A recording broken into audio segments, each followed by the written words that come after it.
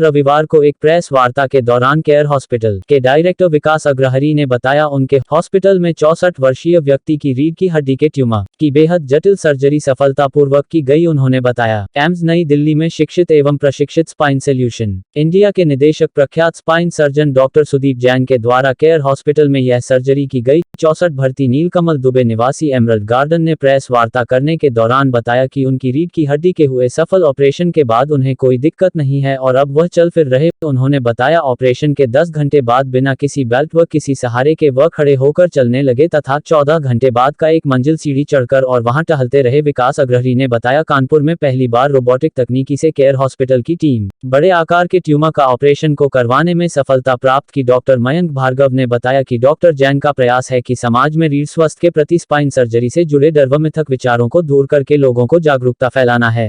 क्या नाम है? नीलकमल दुबे। कहाँ के रहने वाले? मैं रहने वाला तो यहाँ पटना का हूँ, लेकिन हमारे बेटे यहाँ नौकरी करते हैं कानपुर मेट्रो में, और तो वो यहीं पर रहते हैं। तो हम क्या समस्या थी? हमें समस्या थी, बैक पेन होता था और ऐसे मैं डायबिटिक भी हूँ, तो वही रेगुलर चेकअप कराने के लिए मैं यहाँ आया था। तो एकाएक मुझे जाने के एक दिन पहले कस के पेन उठा इसमें, और न पैर से उठा जाए न शरीर से। फिर हमारे बच्चों ने उठाकर बेड पर डाला। फिर उसके बाद जो हमारे फैमिली डॉक्टर हैं मिस्टर अतिमृदुल भूषण, उनको इन्होंने कांटेक्ट किया। वो आए और मुझे पेन किलर दिया। फिर सुबह उन्होंने बोला कि नहीं, आप MRI कराएं।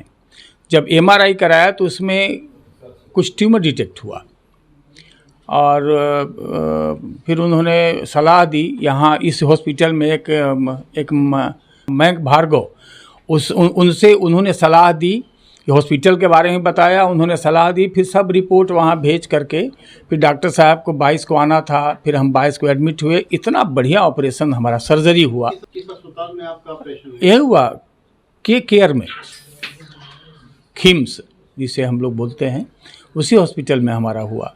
और अच्छा, उसके पहले डॉक्टर साहब ने जो हमें ब्रीफिंग दिया ऑपरेशन से पहले, आउटस्टैंडिंग, कि क्या कैसे क्या करेंगे, क्यों करेंगे, उसका कैसे क्या होगा, उससे हिम्मत और बढ़ी।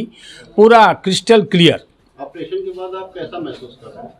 फैबुलस, बहुत बढ़िया, हमें कोई दिक्कत नहीं है। चलने फिरने में ना, हम तो खुद ही चले भूरे हैं। कल तो डॉक्टर साहब ने मुझे अपने साथ में चलाया था कॉरिडोर में, फिर सीढ़ी से नीचे भी ले गए। आज मैं खुद ही अपने बेटे के साथ उठ करके और इसमें 5 चक्कर लगाया। फिर हमारे फिजियोथेरेपी साहब आए, उन्होंने भी फिजियो करके फिर उन्होंने भी 4-5 चक्कर मुझे लगवाया। कोई दिक्कत, कोई तकलीफ नहीं है। मैं बहुत अच्छा अनुभव कर रहा हूँ। और मैं तो चाहता हूँ कि आज डॉक्टर साहब मुझे डिस्चार्ज कर दे तो मैं घर जाऊँ। कितनी डिफिकल्टीज थी? इसमें मेन डिफ़िकल्टी नस के अंदर पहुंचना बिना नस को डैमेज किए, और ट्यूमर को पूरा निकाल पाना एनमास जिसको बोलते हैं कैप्सूल के साथ, जिससे कि उसका कोई अवशेष ना रह जाए और वो रीग्रो ना करे। ये मेन डिफ़िकल्टीज़ हैं जो इस ऑपरेशन में आती हैं।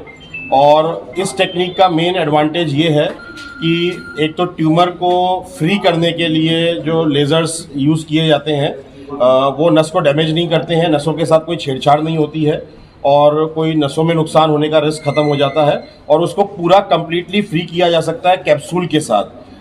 कैप्सूल के साथ ट्यूमर का बाहर आना बहुत ज़रूरी है, रिकरेंस माने कि उसके दोबारा होने से बचाने के लिए, कि वो ट्यूमर दोबारा ग्रो ना करे।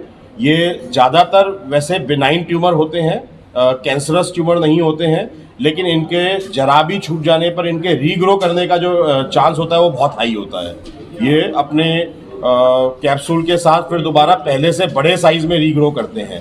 तो इसको एक बार में पूरा निकालना बड़ा इम्पोर्टेंट है पूरे इलाज के लिए, बिना किसी कॉम्प्लिकेशन के। बहुत लोग मानना है कि सर जो दिल्ली वगैरह में होते हैं लोग डरते हैं वहाँ ज़्यादा खर्चा आएगा, तो इसमें कितना खर्चा आता है, क्या दिक्कत होती है? ये एक बहुत इम्पोर्टेंट आपने बात पूछी। हर तरीके का मरीज है, हर तरीके की आर्थिक स्थिति के साथ हमें डील करना है। सब लोग अफोर्ड नहीं कर सकते, दिल्ली की दौड़ लंबी है, महंगे अस्पताल हैं, कॉरपोरेट हॉस्पिटल्स में कई गुना खर्चा आता है, और उसके अलावा और बहुत सारी तरीके की आना जाना और मरीज का जो वहाँ पर प्रॉब्लम्स आती हैं ना, लंबा स्टे रहता है। यहाँ पर कानपुर में उन्हीं ऑपरेशन को लगभग 20 से 30% खर्चे में किया जा सकता है। जैसे ये सर्जरी हमने परफॉर्म की है बड़े कॉरपोरेट हॉस्पिटल्स में, अपोलो में, फोर्टिस में, मैक्स में, ये बहुत कॉस्टली ऑपरेशन है, ज़्यादातर जनता के अफोर्डेबिलिटी से बाहर है। हर आदमी वो दिल्ली में जाके नहीं करा सकता, लेकिन यहाँ पर हमने केयर हॉस्पिटल के साथ इस तरीके का टाई अप किया है कि हर तरीके की इकोनॉमिक फिजिबिलिटी का हमने ध्यान रखा है कि लो पेइंग कैपेसिटी का पेशेंट है जो ज़्यादा अफोर्ड नहीं कर सकता, तो हम उसको भी ये नवीनतम सुविधाएं दे पाएँ, उनको इलाज को लेकर के कोई कॉम्प्रोमाइज़ ना होना पड़े, उनको रिजल्ट्स को लेकर के कोई कॉम्प्रोमाइज़ ना होने पड़े। जो अफोर्ड कर सकते हैं और जो अफोर्ड कम कर सकते हैं, दोनों का सेम इलाज हो और उनको सेम रिजल्ट्स मिले और लोकली मिले। कितना समय लगा था ऑपरेट करने में? कितने डॉक्टरों का पैनल लगा इसमें? इसमें मेरे साथ एक और ऑर्थोपेडिक सर्जन थे कानपुर के, और पूरी टीम थी और ना ओटी की, लगभग 7-8 लोगों की हमारी टीम थी। एनेस्थीसिया में भी बहुत एक्सपर्ट डॉक्टर थे हमारे साथ। लगभग 3 से 4 घंटे का ये ऑपरेशन रहा, जो एक नॉर्मल एक्सपेक्टेड टाइम ड्यूरेशन है इस तरीके की सर्जरी का। इसको बहुत एहतियात से करना पड़ता है, चाहे हम कितनी भी टेक्नोलॉजी यूज़ करें, हम उसको पूरा फ्री करके और पूरा निकालने के लिए उसमें हमें समय देना पड़ता है। लेकिन क्योंकि ये एंडोस्कोपिक विधि से हुआ है, आराम से हुआ है, इसमें कोई ब्लड लॉस नहीं हुआ है। ओपन सर्जरी में इसमें काफ़ी खून जाता है, ब्लड वगैरह चढ़ाना पड़ता है और लंबा स्टे देना पड़ता है। 5-7 दिन हॉस्पिटल में मरीज को रखना पड़ता है। ये आज डिस्चार्ज के लिए तैयार हैं। हमने कल इनको रात को देखा था। मरीज कितने घंटे बाद चलने कितने लगेगा? मरीज को सेम डे एम्बुलेट करते हैं इस सर्जरी में। अगर सुबह ऑपरेशन करते हैं तो 4-6 घंटे बाद, जब बेहोशी का, एनेस्थीसिया का इफेक्ट खत्म हो जाता है और मरीज कंफर्टेबल हो जाता है, सर्जरी का पेन कम हो जाता है, तो सेम डे एम्बुलेट कर देते हैं, फुल एम्बुलेशन बिना किसी सपोर्ट सहारे के।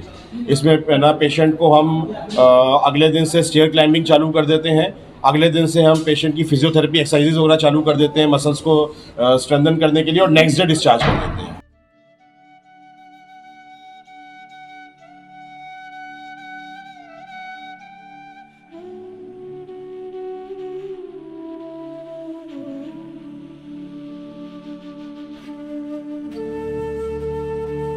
प्रधानाचार्य इस्लामी इंटर कॉलेज इटावा आगामी त्योहारों पर ईद उल जुहा, बकरीद और 15 अगस्त के मौके पर सभी प्रदेशवासियों को बहुत बहुत शुभकामनाएं देना चाहता हूं, और इस बात की उम्मीद करता हूं कि ज़िले का जो प्रशासन है उसे तथा हमारे पुलिस विभाग को आम जनता पूरी तरह से सहयोग करे, शांति अमन बनाए रखे, और जिस प्रकार से अभी तक इटावा जनपद में सद्भावना के साथ त्यौहार मनाए जाते रहे हैं, आने वाले समय में भी ऐसे ही हम लोग त्यौहार मनाएं।